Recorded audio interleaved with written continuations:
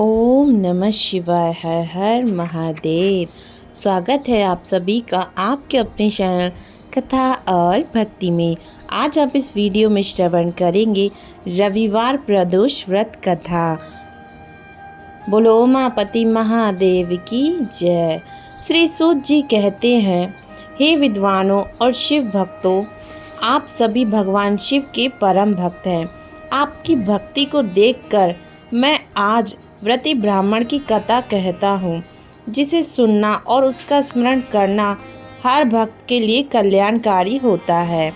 एक समय की बात है, एक गांव में अत्यंत निर्धन ब्राह्मण परिवार निवास करता था।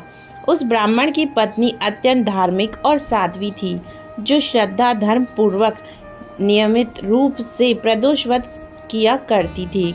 इस दंपत्ति का एकमात्र पुत्र था, जो उनका परम प्रिय था। एक दिन वह बालक गंगा स्नान के लिए अकेले ही निकल पड़ा। रास्ते में दुर्भाग्यवश कुछ डाकुओं ने उसे घेर लिया। उन्होंने बालक को धमकाते हुए कहा, हम तुझे हानि नहीं पहुंचाएंगे, लेकिन तू हमें अपने पिता के छिपे हुए धन के बारे में बता दे।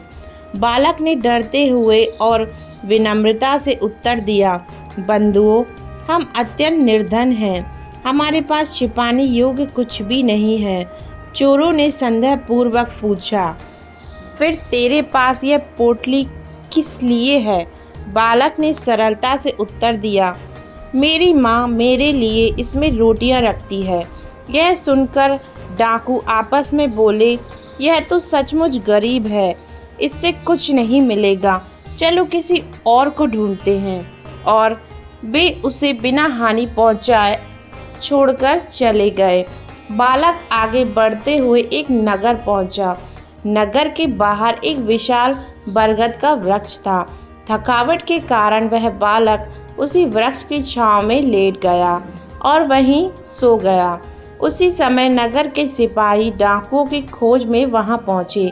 उन्होंने उस सोते हुए बालक को देखकर संदेहपूर्वक उसे चोर समझ लिया और बंदी बनाकर राजा के समक्ष प्रस्तुत किया।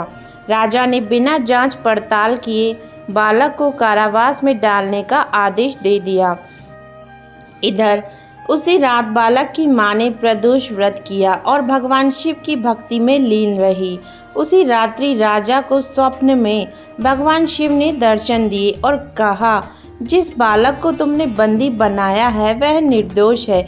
यदि प्रातःकाल उसे मुक्त नहीं किया गया तो तुम्हारा राज और वैभव समाप्त हो जाएगा।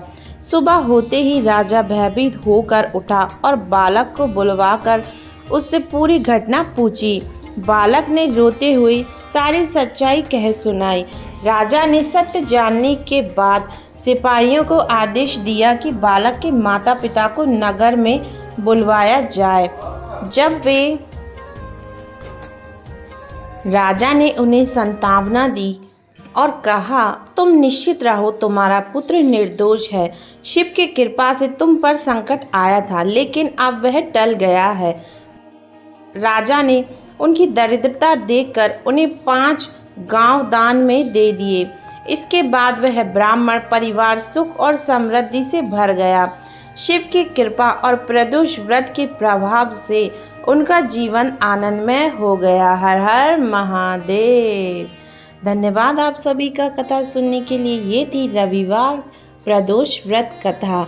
चैनल से जुड़े रहने के लिए चैनल को लाइक करें, शेयर करें, सब्सक्राइब करें। जय श्री महाकाल, जय माँ काली, जय माता दी।